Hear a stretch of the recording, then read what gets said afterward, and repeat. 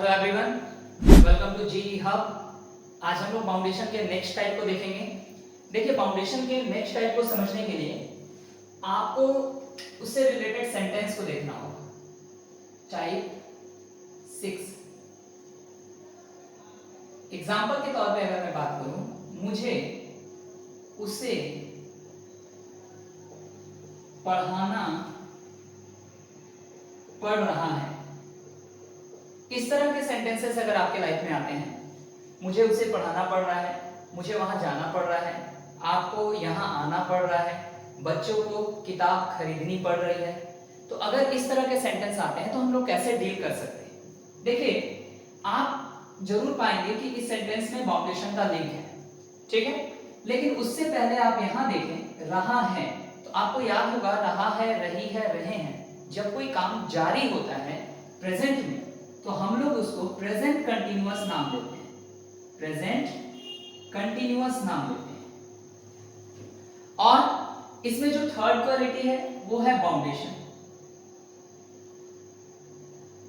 अब आप इस रूल को पहले एक बार यहां देखें। हमें क्या क्या बताना है?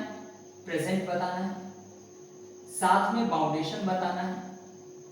प्रेजेंट के साथ कंटीन्यूअस को रखिए, कंटीन्यूअस बताना है, और साथ में हमें बाउंडेशन को भी बताना है।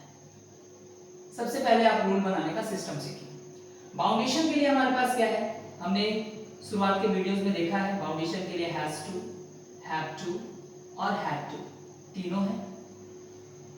कंटीन्यूअस के लिए हमारे पास वर्ब का फोर्थ फॉर्म, जिसको आप आईएनजी फॉर्म भी कहते हैं, ठीक है ना।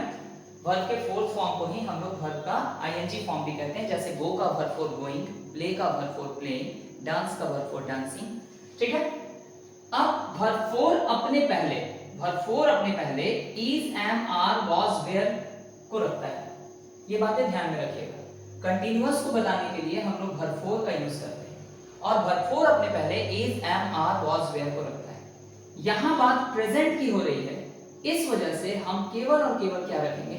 इज, एम और आर। वाज, वेयर तब रखेंगे जब यही सेंटेंस कहां चला जाएगा? पास्ट में, ठीक है। इज, एम, आर के साथ वर्ब फोर मिलजुल के प्रेजेंट कंटीन्यूअस को बताएगा, और बाउंडेशन बताने के लिए हमारे पास हैज टू, हैव टू और हैड टू। एक बात आपको याद होनी चाहिए बाउंडेशन पढ़ने के दौरान, कि वर्ब के लास्ट में ना दिख रहा है तो कोई भी टू सेलेक्ट आप करेंगे, उस टू के बाद वर्ब वन होगा, क्योंकि वर्ब के लास्ट में जब भी ना होता है तो उस वर्ब को हम लोग लिखते किस फॉर्म में है? टू प्लस वर्ब वन के फॉर्म में, टू प्लस वर्ब वन के फॉर्म में। तो ये बात आपको ध्यान रखनी है। अब अगर आप इस स्ट्रक्चर को गौर से देखें तो इस स्ट्रक्चर को हम एक जनरल स्ट्रक्चर में लाएंगे। कैसे लाएंगे? ध्यान दीजिए। सबसे पहले हमने सब्जेक्ट दिया, सब्जेक्ट के बाद हमने रखा इज, एम और आर, इज, एम और आर। अब आप गौर कीजिएगा, यहां वर्ब फोर है। वर्ब फोर मींस वर्ब के फर्स्ट फॉर्म में आईएनजी। वर्ब फोर का एक्चुअल मीनिंग क्या होता है? वर्ब के फर्स्ट फॉर्म में आईएनजी, और इन तीनों में से किसी एक को रखना है बाउंडेशन बताने के लिए। अब आप तीनों में से अगर हैज टू को भी रखते हैं तो बाउंडेशन पता चलेगा, हैव टू को रखते हैं तो भी बाउंडेशन पता चलेगा, हैड टू रखते हैं तो भी बाउंडेशन पता चलेगा। तो तीनों में से किसी एक को रखना है। अब देखिए यहां पे आपके दिमाग को कैसे काम करना चाहिए। आप इस वर्ब फोर को छिपा सकते हैं किसी भी वर्ब में आईएनजी जोड़ के, लेकिन वो वर्ब कौन से फॉर्म में होना चाहिए? फर्स्ट फॉर्म में। तो आप याद कीजिए, हैज, हैव और हैड में वर्ब का फर्स्ट फॉर्म कौन है? तो आपको याद आएगा वर्ब का फर्स्ट फॉर्म कौन है? हैव।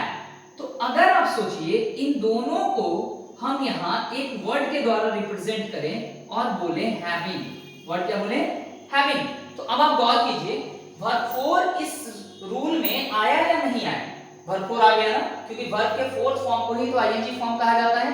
तो हमारे सामने वर्ब फोर आ गया, पहला कंडीशन। दूसरा, हैव है या नहीं, क्योंकि बाउंडेशन बताना है तो हैव टू होना जरूरी है, हैव टू होना जरूरी है। तो हैविंग में हैव भी तो है, क्योंकि हैव का ही fourth form ING form having होता है, ठीक है। तो हैव और वर्ब फोर दोनों इस एक वर्ड में मौजूद है। जैसे गोइंग में गो भी है और आईएनजी भी है, वैसे हैविंग में हैव है और आईएनजी है। तो हमारा यहाँ जो दो कंडीशन था, वो दोनों कंडीशन एक ही वर्ड के द्वारा रिप्रेजेंट करेंगे हम, वो है हैविंग। उसके बाद हमने टू को रखा, और टू के बाद वर्ब का फर्स्ट फॉर्म और ऑब्जेक्ट, ठीक है। अब अगर आप चाहें नेगेटिव फॉर्म बनाना, उससे पहले आप एक बार फिर देखें, इज, एम, आर को अपने बाद क्या चाहिए था? वर्ब फोर देखिए तो इज एम आर के बाद वर्ब फोर है या नहीं, बिल्कुल है, हैविंग वर्ब का फोर्थ फॉर्म होता है। और इस टू को अपने पहले क्या चाहिए था, हैज टू, हैव टू या हैड टू में से कोई भी एक बाउंडेशन बताने के लिए, तो टू के पहले यहाँ हैव मौजूद है तो हैव टू मिलकर बाउंडेशन भी बता दे रहा है, तो हमारा रूल जो है वो बिल्कुल सही है।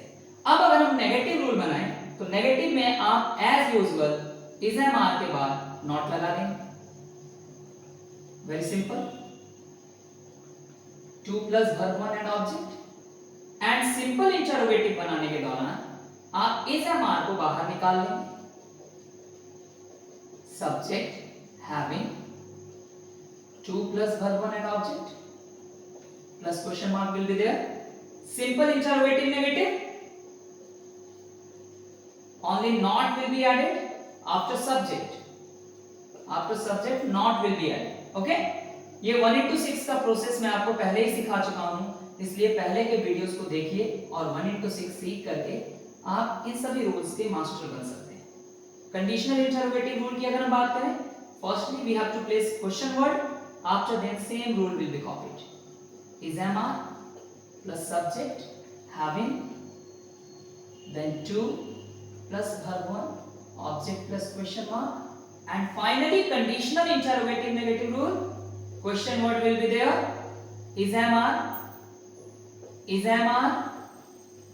subject and not having to plus verb one and object। ये 1 into 6 का प्रोसेस मैं आपको पहले ही सिखा चुका हूं, पुराने वीडियोस को देखिए और 1 into 6 सीखिए, ये आपको खुद ब खुद समझ में आए।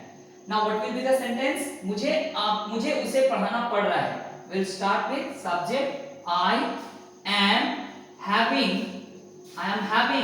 To teach him, I am having to teach him, you can also use her, depend करता है कि आप लड़के को पढ़ा रहे हैं या लड़की को पढ़ा रहे हैं, ठीक है। तो ये फाउंडेशन का टाइप 6 है, इसको ध्यान से पढ़िएगा, इसकी प्रैक्टिस आपको अगले वीडियो में मिलेगी। Thank you everyone.